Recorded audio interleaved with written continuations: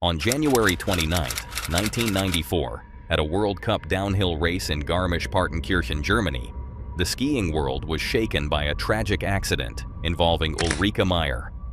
Meier was an experienced and highly skilled Austrian alpine ski racer, known for her speed and aggressive style. That day, conditions at the finish were icy and fast, setting the stage for a high-speed run.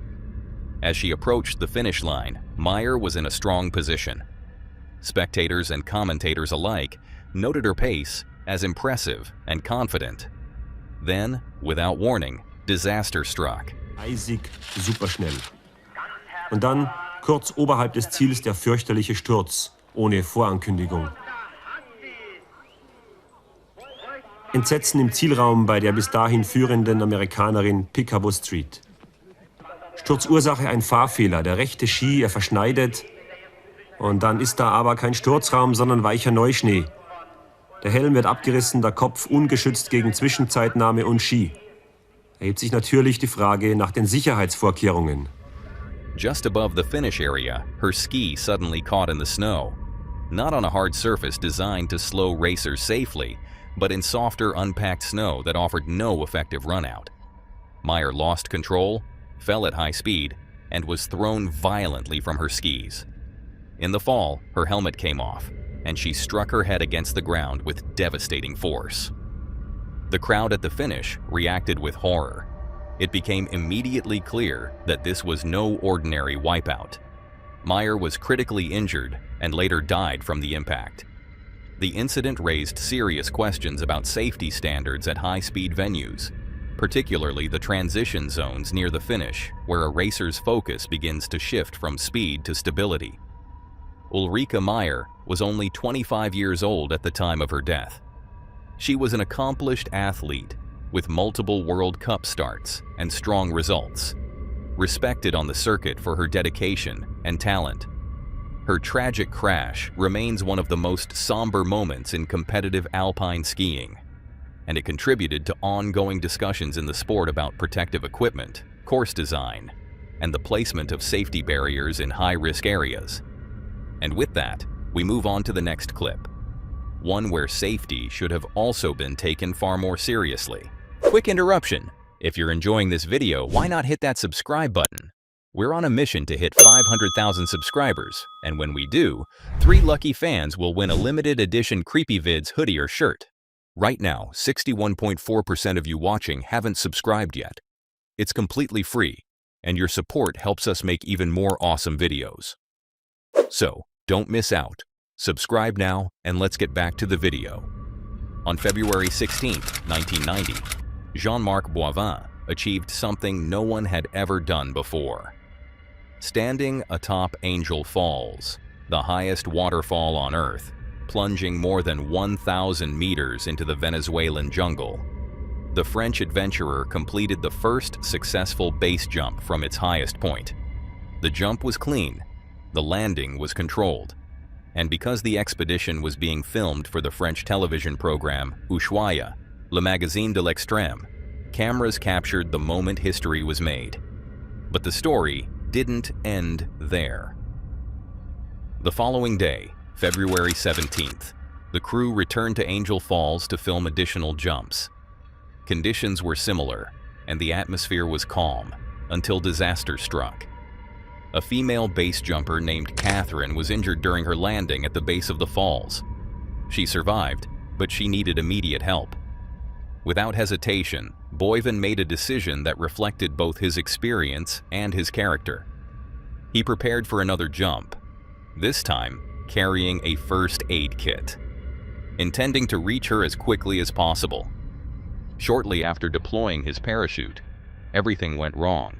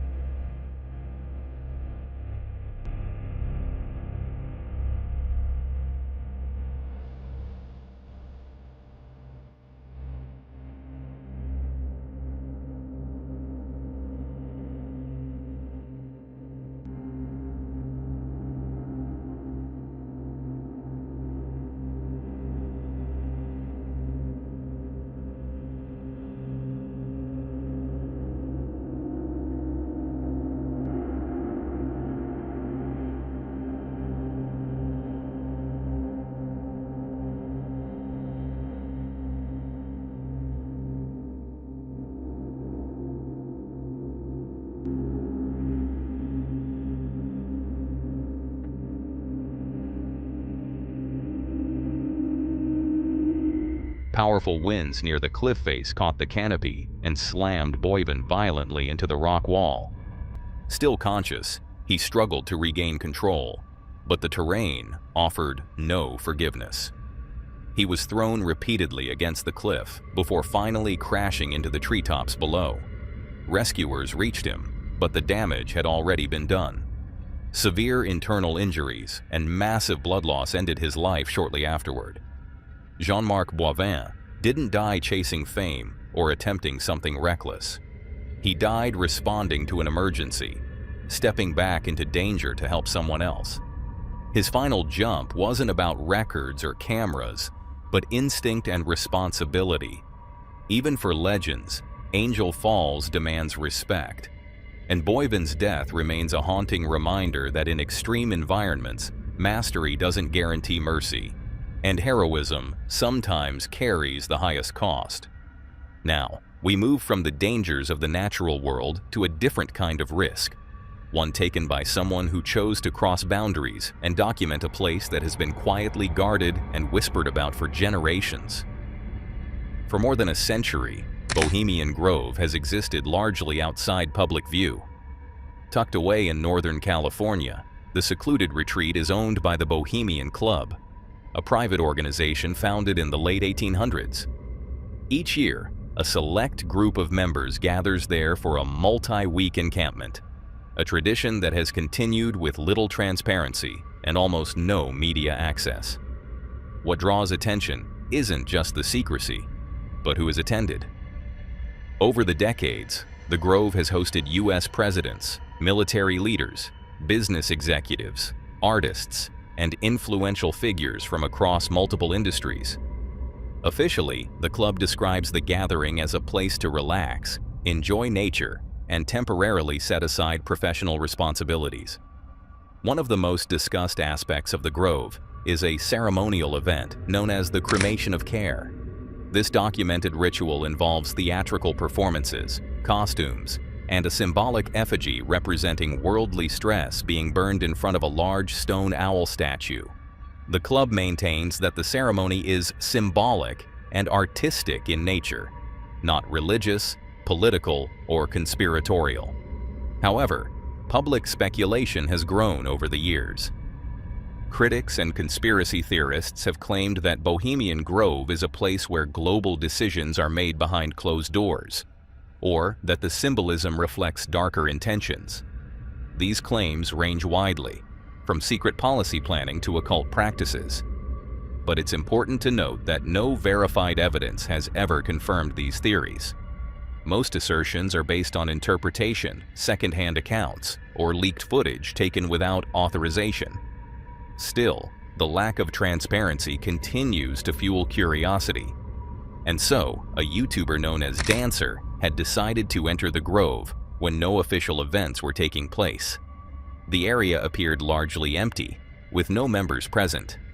During this visit, he recorded limited footage of the grounds. Footage intended to document the location itself, rather than any private gathering. Yeah. This is the owl statue. What the fuck? No way. This is fucking cool. Oh, that's hollow. A bunch of ferns have grown on it.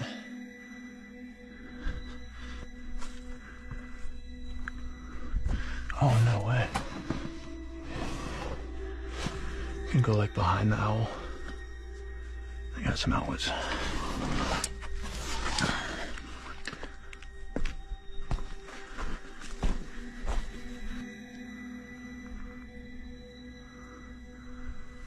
It's time to leave this place now. He even managed to record the interior of one of the rooms that had been left unlocked, offering a rare and unfiltered look into an area that is normally completely off-limits to the public. The footage was brief, but it added to the mystery surrounding the location and raised further questions about what actually happens inside the Grove. After sharing this video publicly, Dancer says he received a formal letter from the Bohemian Club, demanding that the footage be removed, and in a later video, he read the letter aloud. I did get a letter in the mail from San Francisco, California. Bohemian Club, Weaving Spiders, coming out here, San Francisco. Dear Mr. So-and-so. It's the real mail, guys. It's crazy. It is our information that, in spite of the private nature of the Bohemian Club, you have made unauthorized entries into the Bohemian Grove, and that while you were on the property, you took unauthorized video recordings of the Grove and events happening at the Grove. We also understand that you have posted these unauthorized recordings on various social media sites. The document states that the club believed he had made unauthorized entries, recorded private property without permission, and shared those recordings online. The letter demanded that he immediately cease distribution of the footage, erase all recordings, and refrain from entering the property again. It also warned that the alleged trespassing and publication could lead to civil and criminal legal action, citing violations of privacy and copyright law. Following this, the original video was removed from his channel. From one perspective, the club's response aligns with how many private organizations protect their property and members' privacy. From another, the incident reinforced public perception that the Grove is unusually guarded, even when empty, and intolerant of outside scrutiny. What Bohemian Grove ultimately represents depends on how one interprets limited information. To some, it's simply a private retreat for powerful individuals. To others, the secrecy itself is the story. What remains undeniable is this: Bohemian Grove is real, influential figures have gathered there, and access is tightly controlled. Everything beyond that exists in the space between documented fact, speculation, and unanswered questions. A space that continues to capture public attention precisely because it resists clear explanation. And with that, we head to a clip shared by a YouTuber you might know from the channel Action Adventure Twins. As the name suggests, he runs the channel with his brother, and together they've built a reputation for exploring tight, dangerous caves. It's their greatest passion. But like any obsession with risk, it eventually catches up to you.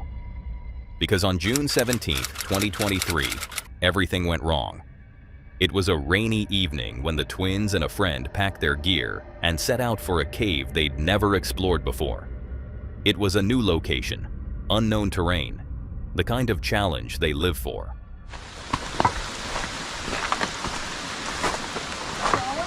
How about it? Hey, it's dry, guy. Yeah? Like dry, we can get in. Oh, heck yeah. You all want Alright, let's wait first. We can squeeze it. Yeah, yep. It looks so cool. Does it go? Yes. You don't say. Crawling flat across the gravel floor, their bodies moved low and slow. Stones scraped against their gear as they pushed forward.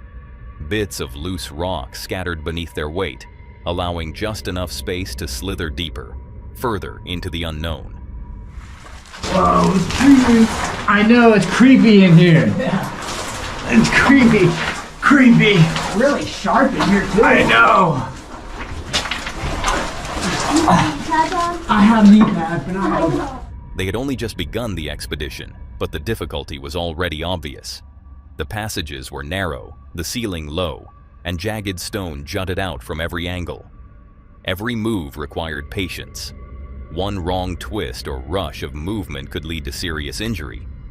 But that's when Jake made a small decision, one that would cause big problems later on. Yes. It would have been quite the struggle. I'm leaving my phone right here. I don't blame you. Because that's going to end up breaking. My keys are in my pocket. Really don't want to lose my keys. Looks like a perfect place to lose them. Right?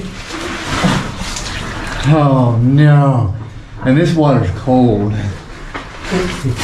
To avoid damaging his phone and keys, Jake tucked them away in a slightly drier spot off to the side of the tunnel. It seemed smart, temporary, harmless. But in cave systems like these, nothing stays temporary for long. Ooh, just get my belly in the water. All right. Yeah. Oh, cool. That rain jacket, that frog tongue is gonna be wrecked. Yeah. Eventually, the group reached a more open area. Spirits were high. They laughed, looked around, and took a breather. It felt like they had plenty of time. But Jake wasn't done yet. While the others decided to relax, Jake wanted to scout just a little deeper. He wasn't planning to go far, just a quick look. That's what he thought. Okay, so from here, it's a straight ear dipper. Like, Oh my god. for like at least 20 feet. It gets bad. It gets really, really bad. Hold on, let me make sure my helmet can even fit through this. Like, it's that tight.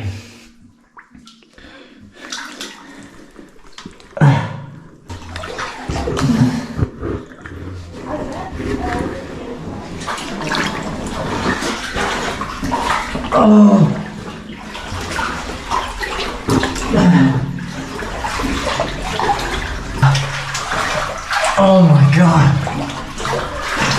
The water's getting deeper. With water rising along the sides of the tunnel, Jake pressed on, carefully navigating through tighter and wetter terrain. But the further he went, the harder it became to turn back. The cave was narrowing, the air heavier, and soon, he realized he was in trouble. Oh my god. It splits in two. Oh, snap.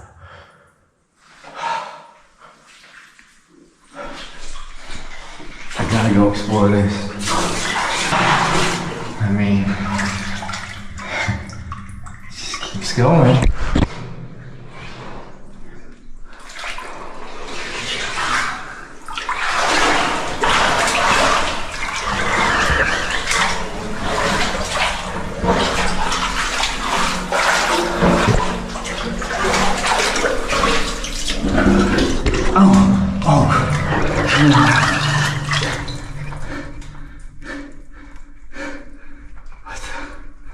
What the heck? Oh my god. What the hell? I want to get this done. I gotta get out of here. Oh crap. Panic surged through his veins. He couldn't see where he was. He had no reference point. The tunnel around him was foreign. No familiar landmarks, no glow of light behind him. Just wet rock, darkness, and the sinking feeling that he'd gone too far. His breathing grew sharp. His thoughts scrambled. He knew the others were somewhere behind, but the distance between them was now too great. Jake had only one option: find his way back, alone. I'm screwed. Hey!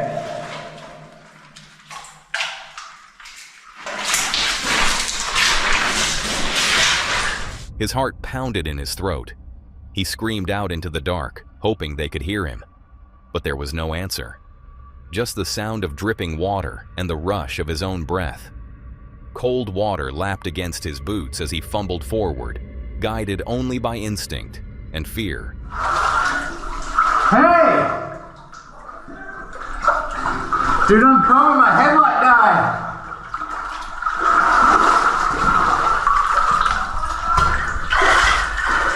Is it water? It's water the entire way. Is that open up at all? Yeah, like hands and knees crawling the entire time. Did you hear us yelling back to you? No. Dude, could you hear me yelling? No, dude. We were starting to freak out a little bit, man. We were like, That was crazy. Okay, this is a sketchy part too. We're all the way from that. Right. Alright. yeah, We're clear. we got plenty of clearance. We were wondering that, man, because you said your lights were low, and we realized 10 minutes after you'd been back there that you had said that earlier. Stupid to go back there with a low headlamp. Yeah. Probably the dumbest thing I could have done. So would you come back? With a wetsuit and some lights, yeah. Well, let me go between one of y'all so that I got some light, you know. Yeah. Eventually, after what felt like an eternity, he saw it. A flicker of light. His friends, still waiting at the last open space, had stayed put, headlamps ready, calling out for him. Jake emerged, shaken, soaked, and silent. The experience had changed something in him. Later, he admitted it was a wake-up call. Because danger doesn't always come with warning signs. Sometimes it creeps up while you're just a little too confident, a little too far, and a little too late. And in the world of cave exploration, you don't always get a second chance. But luckily, he was fortunate this time. The man who entered the next tunnel wasn't. The YouTuber known as King of Bongo has built his channel around documenting raw, unscripted adventures, journeys that don't always go according to plan. And during his final days in Paris, he decided there was only one place that truly embodied the city's hidden side: the Paris catacombs. Beneath the streets of Paris lies a vast underground network stretching for nearly 200 miles. Originally carved as limestone quarries, these tunnels were transformed in the late 18th century into what is now known as the Catacombs of Paris. Beginning in 1786, overflowing cemeteries forced authorities to relocate the remains of the dead underground. Over decades, bones from across the city were transferred here, eventually becoming the final resting place for an estimated 6 million people. What began as a practical solution slowly became one of the most haunting places in Europe. King of Bongo first visited the legal section of the catacombs, the portion open to the public. But that experience only deepened his curiosity.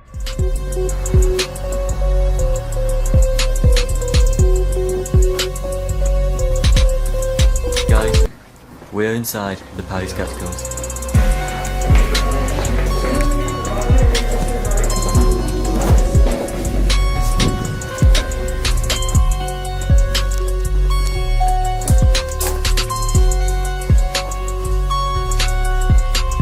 Surely the bones can't be much further down now, guys. We've been walking for like 10 minutes, so... We have found the bones. Wow.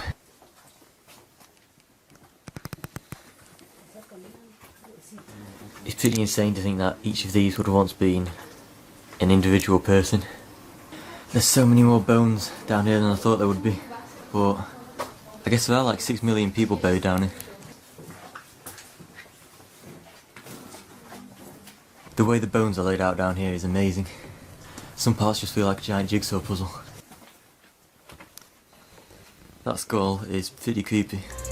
Wanting to document what most people never see, he made the decision to return the next day and enter the unofficial, illegal sections of the tunnel system, areas far removed from guided paths, lighting, or signage.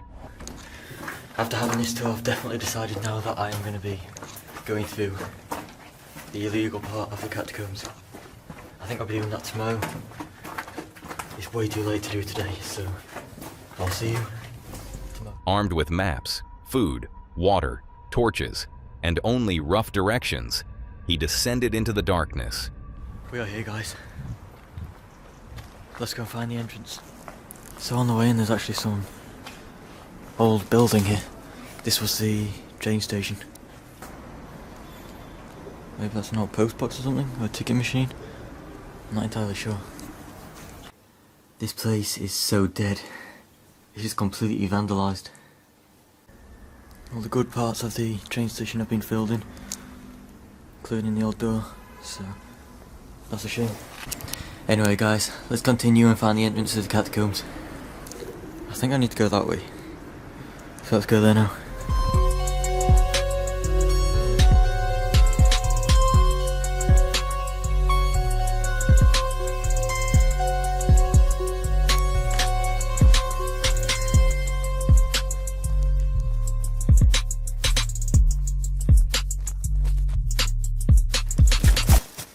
That is the way in.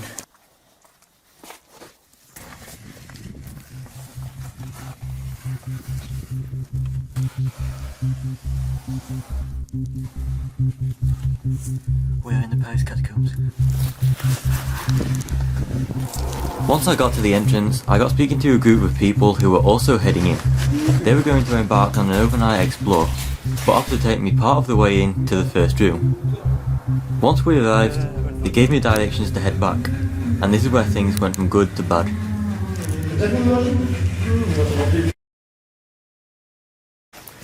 So guys, I just got a tour of the first room and now I'm heading back. I didn't film too much because many people down here hate tourists filming, so I didn't want to cause any trouble. Anyway, the guys I was with were so helpful and they gave me directions back, so yeah, hopefully it won't be too difficult.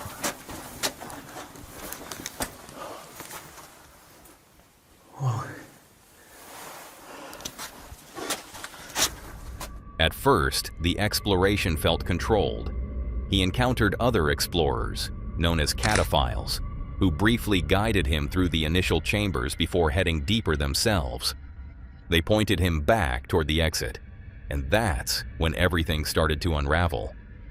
The maps he'd been given were outdated. Recent collapses and blocked tunnels had rendered entire sections unusable. Directions were lost in translation, and within minutes of heading back alone, he realized something was wrong. It turned out I was wrong about it being easy, as just 10 minutes in, I realised I was slightly lost. So, I know the exit is down there somewhere, but I'm not entirely sure where. Although the group had given me instructions, there were quite a few errors in the translation which didn't make any sense, and the maps that I'd been given were invalid in certain sections due to recent collapses and blocked off tunnels.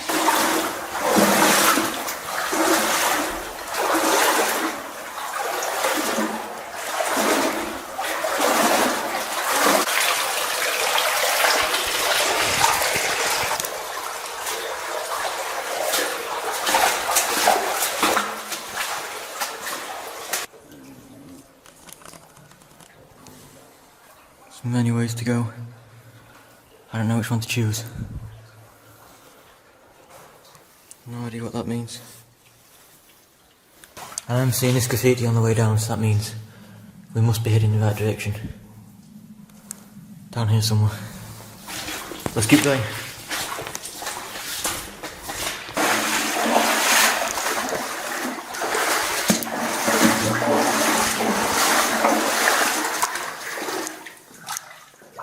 Wow. You can't actually go that way, that is insane. I'll be giving that a miss today though. There's little stalactites, whatever you call them, hanging off the wall. That's quite creepy. Some people actually crawl through there to get to other part of the catacombs, but wow. Just to prove I am alone, there's no one here. The people I was with went further, but I headed back. They gave me directions, but they've not worked too well because it was in pretty bad English because of course they are French, so they are not easy to follow, so I'm just going off what I've remembered from the way down.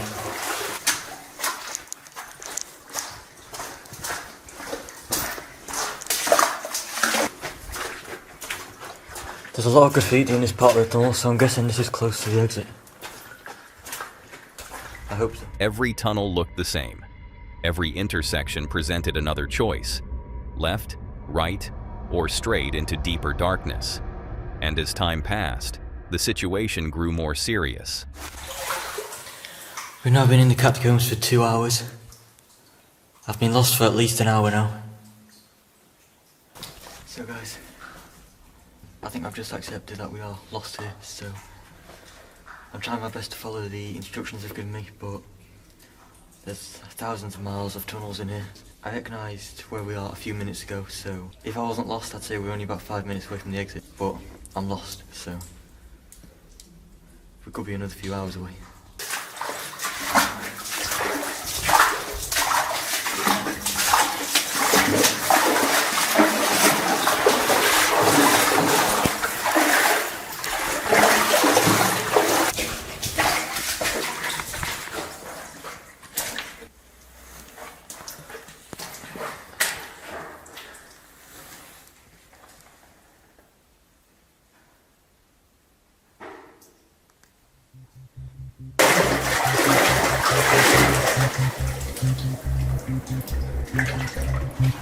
Although I knew I wasn't far from the exit, my mind was full of things that could go wrong. He wandered for hours, retracing steps that no longer felt familiar.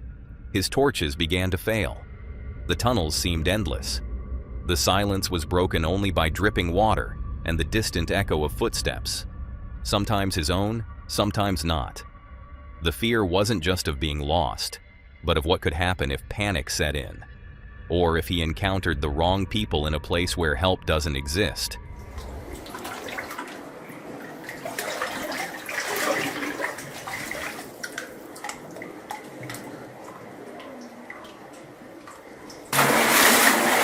Salut. Ça va? Bien, merci. Par contre, tu ouvres ça? Wait, straight, Oui. and then you go straight, and then it's like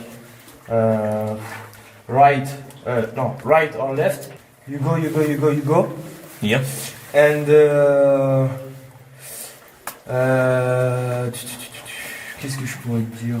When you can't go further, it's left. Okay. Okay? Yeah, man. Merci. Okay. Au revoir. Have a nice day. Yeah, you too. So I've just bumped into some other captophiles down here, and look, they've told me the way out, so I'm going to try and follow these instructions and we should be there soon.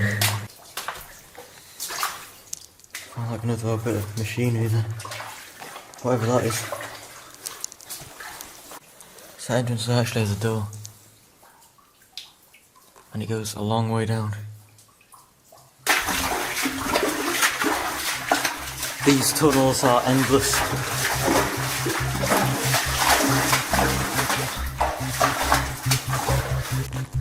So I tried following that guy's instructions where he says walk and walk and walk until you can't go any further, but there's just no end, and I know as a fact that I didn't walk that far. So I'm going to go back and try and retrace my steps again, but it's not proving easy.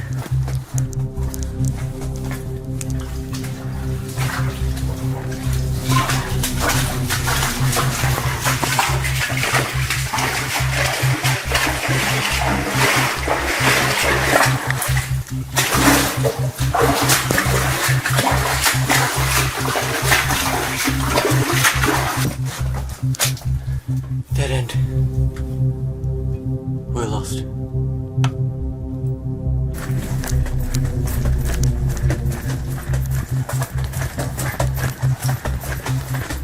Brief encounters with other explorers brought momentary hope, but even their directions led to dead ends. The catacombs don't forgive mistakes easily. Every year, people underestimate them, and some never find their way back out. Right, so I've just recognised some markings on the wall that I saw on the way in, about 2 or 3 minutes in. So we are super close, guys, but we're not there yet. I think that's where I need to go.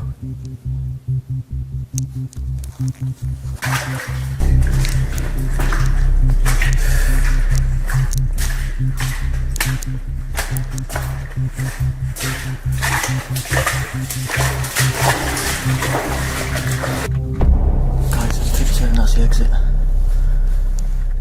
After all this searching.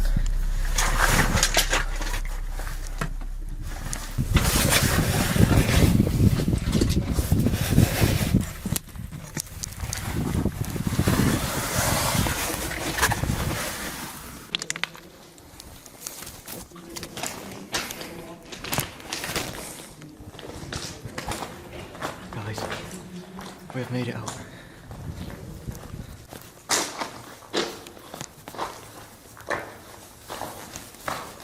So guys, I'm out now and it feels amazing. I legit thought I was going to be like stuck in there overnight because it was pitch black. I didn't know where I was, I couldn't see much. And to top it off, the batteries in my torches were slowly beginning to die. It wasn't looking good for me, but I genuinely say that was one of the craziest moments of my life. And it's not something I'll forget in a long time. The cat files that gave me the tour as well, they were so useful. Like, I wouldn't have gone that far without them. I didn't think I'd be in there that long. It's now 2:30. I got in there about 11, so that means I've left 3.5 hours. and I'd only planned to spend about half an hour in there. After nearly 3.5 hours underground, exhaustion and stress peaked. Then, finally, familiar markings appeared on the walls, signs he'd seen near the beginning of the journey. Following them carefully, he reached the exit and emerged back into Paris. What was meant to be a short exploration turned into one of the most intense moments of his life. And while he escaped unharmed, the video stands as a stark reminder of what lies beneath the city. Not just bones and history, but a maze where confidence can quickly turn into disorientation and curiosity into real danger. For King of Bongo, the catacombs delivered exactly what they're known for: a descent into the unknown, and a hard-earned escape back into the light. And with that, we head to another explorer who took a way too big risk. Trespassers at a local school demolition site are causing a big problem. A number of people are trespassing at the Parma High School demolition site. It's a dangerous proposition to actually enter the property right now. Once one of the largest high schools in the state of Ohio, Parma High School stood for generations as a symbol of growth, community, and public education. For decades, thousands of students passed through its halls, creating memories that stretched far beyond classrooms and lockers. This footage, captured by YouTuber Urbex Hill, documents one of the final looks inside the building before it was permanently erased. The original Parma High School dates back to 1921, making it the city's first high school. As Parma rapidly expanded in the mid-20th century, the need for a larger, modern facility grew. In 1953, Parma Senior High School was constructed, eventually enrolling around 2,000 students, with numbers climbing even higher as the surrounding suburb continued to develop. Over the following decades, additions were made throughout the 1970s and 1980s, bringing the total footprint to nearly 300,000 square feet. But as time passed, circumstances shifted. Declining enrollment and increasing financial pressure began to reshape the district. Student numbers dropped dramatically, from roughly 26,000 students in 1968 to just over 9,000 by 2021. Faced with mounting costs, district officials made the decision to close and demolish Parma High School in 2023, along with several elementary schools, estimating annual savings of approximately $3.2 million. The decision sparked controversy. Parma schools will have a work session this Saturday, and residents will be able to make some public comments at that meeting. Demolish the schools. It's pretty clear that the land's just going to be sitting vacant for years. And me, myself, I'm the ideal demographic that you want to reach out to, and I think this is a terrible idea. The district could receive funds from the Ohio Facilities Construction Commission to build a new school or restore the building, perhaps up to $250 million. But Parma's superintendent says it's still the best financial move for the district to proceed with a plan to take down the old high school within the next few months. Certainly we want to study this, but at the same time, all of our study to this point has led us to the conclusion of where we are now. Many residents believed the building could have been renovated or repurposed, especially with the possibility of state funding through the Ohio Facilities Construction Commission. Despite public opposition, officials maintained that demolition was the most financially responsible option. By the time Urbex Hill entered the site, demolition was already underway.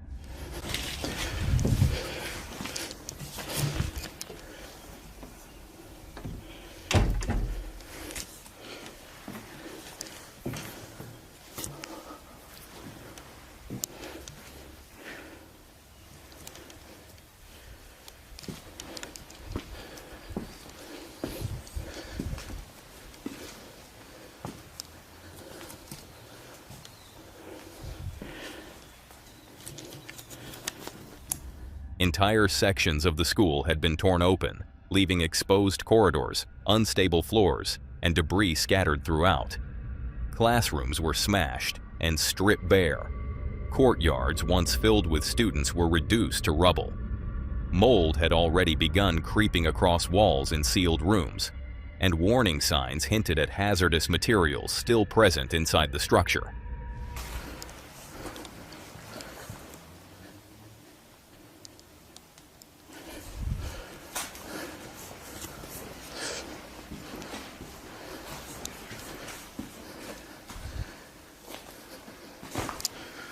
It's already mold grown in this room somehow. Doesn't smell like it though.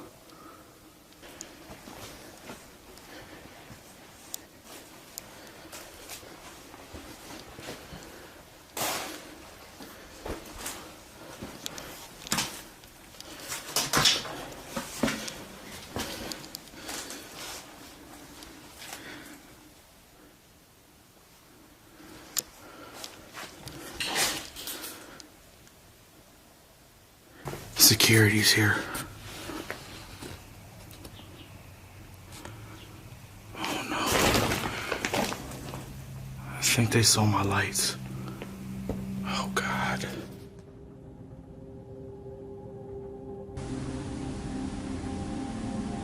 There's two of them.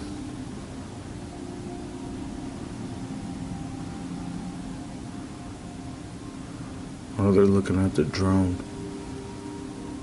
I wonder if that's security or just like people trying to scrap the building.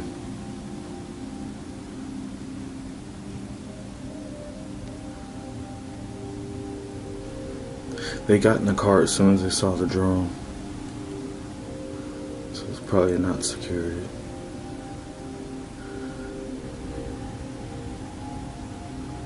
I'm like right there at that window. I'll put a little arrow there.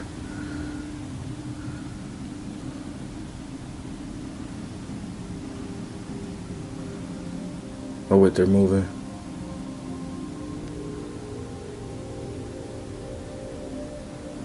Where are they going?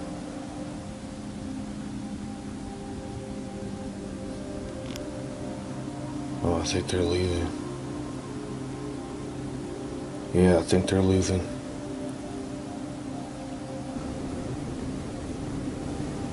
Yeah, they're not leaving. There's two white cars now. That's definitely security. They're circling the building. Might have to make a run for it. The danger becomes increasingly apparent, not just from the collapsing environment, but from the constant presence of security. I gotta be super careful.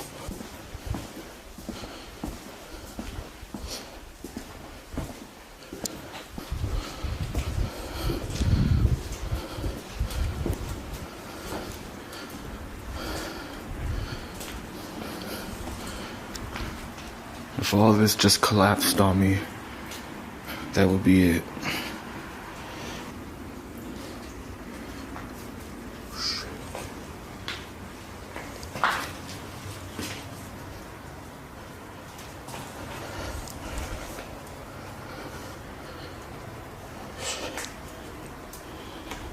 Somebody's down there.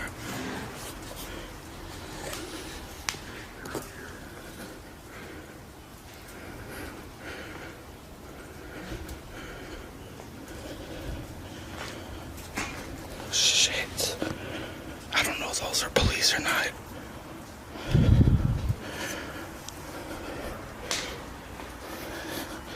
Fuck.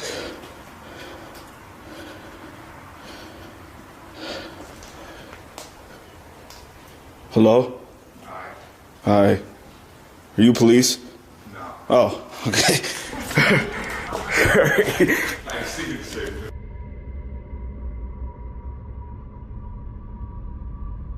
With security already spotted earlier, the moment was undeniably tense.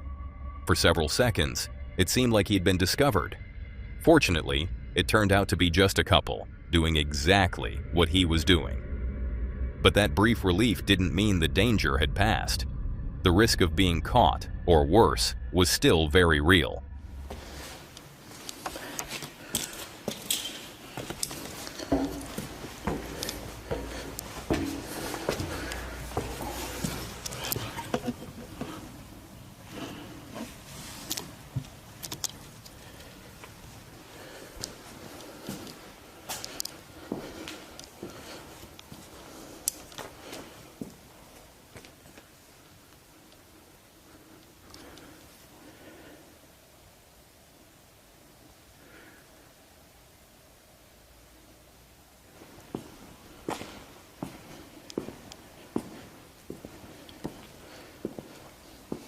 Yeah.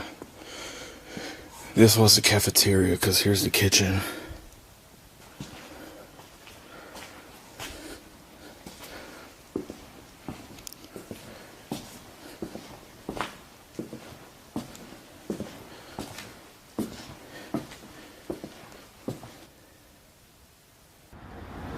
So after like 40 minutes of trying to find a way to get in here, I don't think it's possible. I think you gotta walk through all that rubble down there. And I really don't want to risk that because there's security driving around here. And I think he saw my light, so that might be it, unfortunately. The risk of being caught isn't theoretical. It's immediate and constant, reinforcing just how volatile the situation has become. But still, curiosity won from his fear. He wasn't planning on leaving just yet.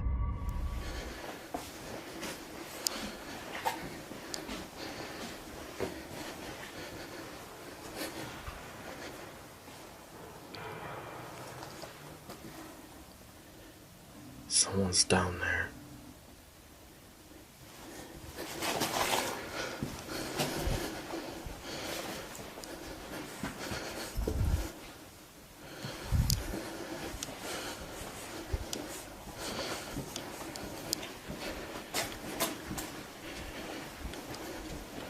Wow, how did he not get caught? Once again, he came face to face with another explorer. And while that was far preferable to running into security or police, each unexpected encounter forced him to freeze, heightening the tension and wearing on his nerves. After enough close calls, he decided he had seen all he safely could. But the most difficult part still remained, finding a way out and slipping off the property without being noticed. I think this is the way out.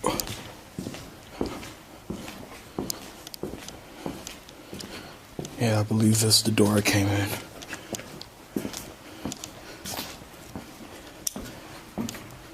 Yep. He managed to sneak back to safety without being caught. But, despite the tension, the footage never lost sight of why he was there. This wasn't about pushing limits for spectacle, but about preserving a final record of a place that is actively disappearing. Half of it no longer exists. The rest is unstable, monitored, and waiting to be reduced to dust. Within days of this recording, the structure would be completely gone. What remains is this footage, a tense, incomplete, but honest final walk through a place that shaped generations. Not a celebration of trespass, but a reminder that once demolition begins, history doesn't fade slowly. It collapses, often without anyone noticing it's gone. And that takes us to the infamous Goldfield Hotel in Nevada. The Goldfield Hotel first opened its doors in 1907 during the height of the state's gold boom. At the time, it was considered one of the most luxurious hotels in the region, catering to wealthy travelers, businessmen, and prominent figures passing through the rapidly growing mining town. But behind its elegant facade, the building quickly earned a darker reputation. Over the decades, the hotel became associated with a string of unexplained deaths, violent incidents, and alleged suicides, stories that only grew more disturbing as the years passed. By 1945, the Goldfield Hotel closed permanently, left abandoned as the town around it slowly declined. And with it, the legends tied to its walls began to take on a life of their own. What would later make the Goldfield Hotel infamous worldwide was a piece of footage captured years after its closure. During an early investigation, the team behind Ghost Adventures recorded what appeared to be a brick violently launching across a room, seemingly without any visible cause. The clip quickly spread online, becoming one of the most widely discussed paranormal videos of its time. Okay, we hear you. We hear you, and we don't think that you're a very nice spirit because you're making noises, you're throwing. But we have no fear of you. Okay? We have absolutely no fear of you. You want me to go? Is that you? Making all that noise? This is the room. What room? What are you talking about? Is that you making all the noise? Holy oh my god! Holy stop! Stop!